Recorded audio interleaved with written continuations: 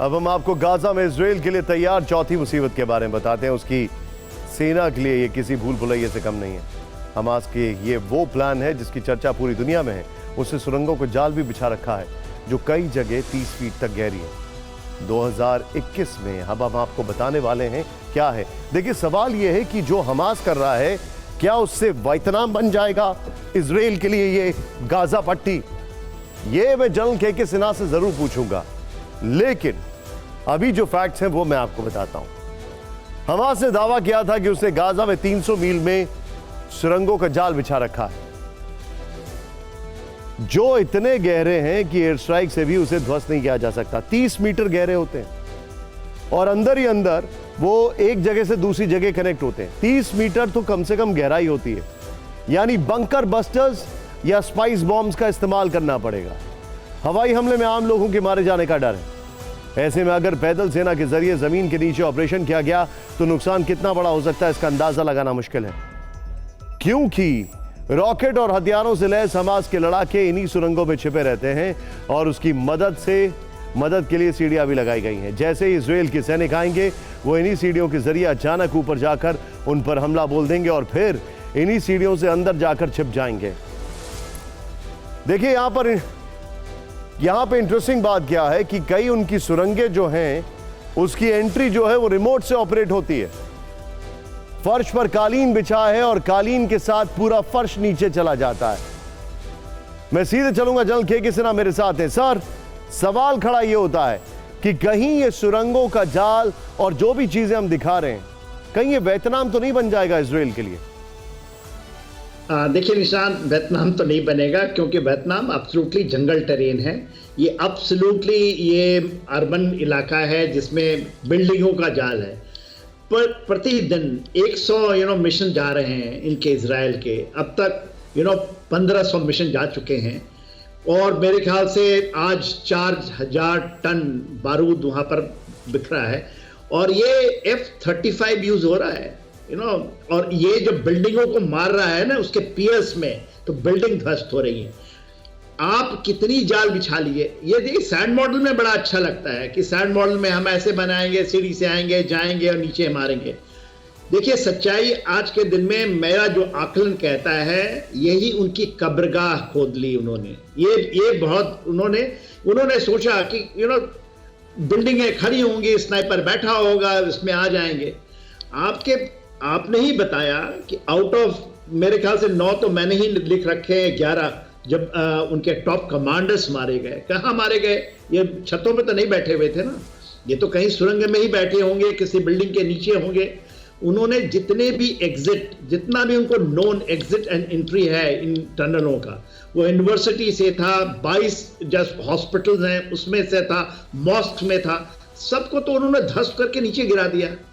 और जब बिल्डिंगें गिरती हैं, आप जलजला आता है या बिल्डिंग गिरती है, 30 मीटर क्या वो 300 मीटर तक की जमीन को दबा देती है क्योंकि कंक्रीट की बनी हुई है। मेरा आकलन यही कहता है कि इनको कोई हड़बड़ नहीं है। देखिए निशान जी, इस चीज को हमको समझना पड़ेगा। जो इनकी एरियल चल रही है, एरियल से इनका टारगेट को ध्वस्त कर रहे हैं। उन्होंने कह दिया है कि वहां पर 11 लाख लोग रहते थे नॉर्थ गाजा में, जहां से निकलना था। आज का रिपोर्ट में पढ़ रहा था 7,35,000 तो काउंटेड है जो आ चुके हैं, तकरीबन 3.5 लाख हैं। यदि आप ज्यादा से ज्यादा कह लें कि टेररिस्ट 1 लाख के करीब हैं, 2-2.5 लाख हैं। उन्होंने आज अल्टीमेटम दिया है कि कोई भी वहां बचेगा तो उसको माना जाएगा ये हमास का सपोर्टर है या हमास का है। और देखिए, अमेरिका आ जाए, पूरी दुनिया एक तरफ खड़ी हो जाए, इजराइल नहीं मानेगा। और यही इसी को कहते हैं determination. Nishan ji. Sinha sir, understood. Sinha sir, thank you so much. आपने बहुत डिटेल एनालिसिस दिया। हमारे साथ जुड़ने के लिए आपका thank you very much sir. लेकिन बड़ी खबर आ रही है, लेबनान इजराइल सीमा के पास हिजबुल्लाह का बड़ा हमला। ब्रेक करिए। हिजबुल्लाह ने इजरायली सेना पर ATGM से किया हमला। इस वक्त की बड़ी खबर, हिजबुल्लाह ने इजराइल पर हमले का वीडियो शेयर किया है।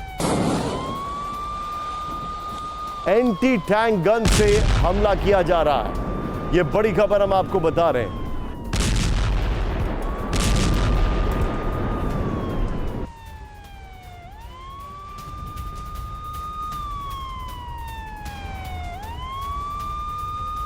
इस सब के बीच में एक और बड़ी खबर आ रही है, सीधे आइए।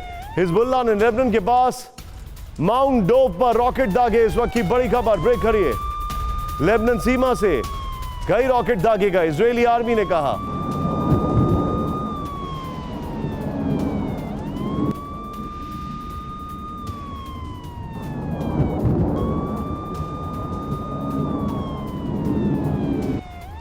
इजरायल सेना के ठिकानों को बना निशाना, ये बड़ी खबर आ रही है। एक और ब्रेकिंग न्यूज इस वक्त आ रही है, इजरायली सेना का हिजबुल्लाह के ठिकानों पर हमला। ब्रेक करिए।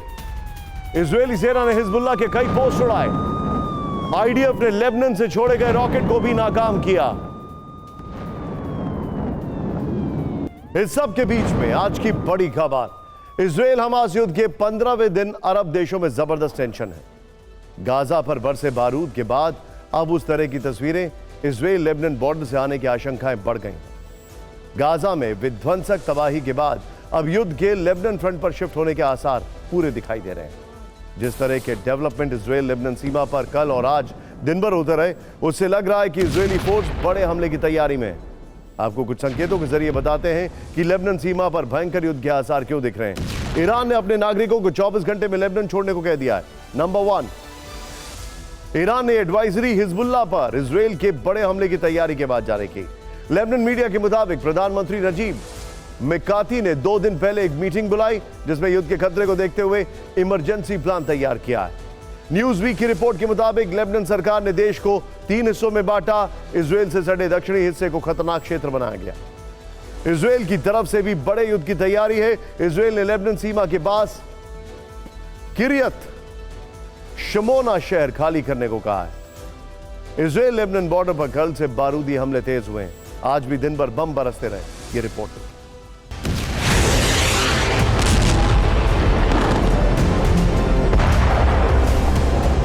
ईरान का अपने नागरिकों से लेबनान छोड़ने के लिए कहना इजरायल लेबनान फ्रंट पर भयंकर युद्ध की उल्टी गिनती शुरू होने का सबसे बड़ा इशारा है।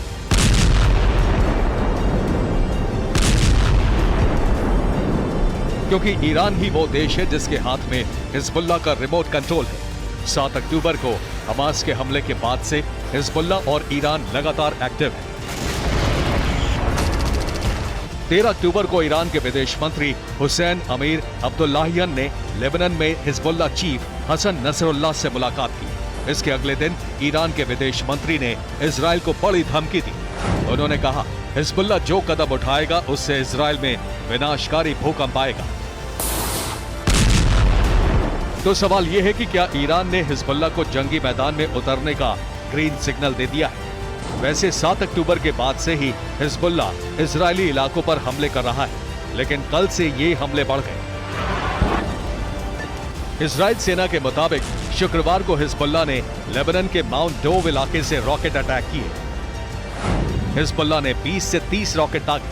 उत्तरी शहर मेटुला पर 2 रॉकेट दागे गए। कई आईडीएफ चौकियों पर एंटी टैंक गाइडेड मिसाइलें दागी गई। बॉर्डर पर इजरायल के सर्विलांस उपकरणों को निशाना बनाकर गोलीबारी की गई। इसी के बाद इजरायली सेना ने दक्षिणी लेबनान में हिजबुल्लाह के 5 ठिकानों पर हमला किया। इजरायली सेना अब बड़े विध्वंस की तैयारी में लगी है।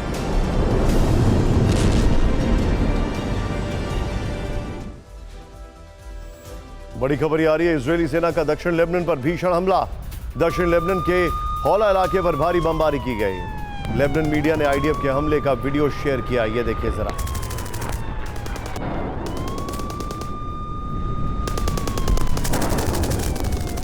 इस सब के बीच में आईडीएफ के हमले में दक्षिण लेबनान को में भारी नुकसान। हौला के में हिजबुल्लाह के कई ठिकाने बर्बाद हुए।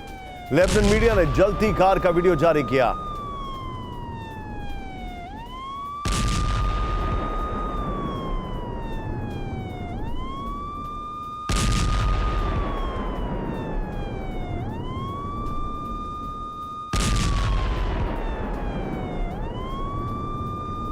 आ रही है।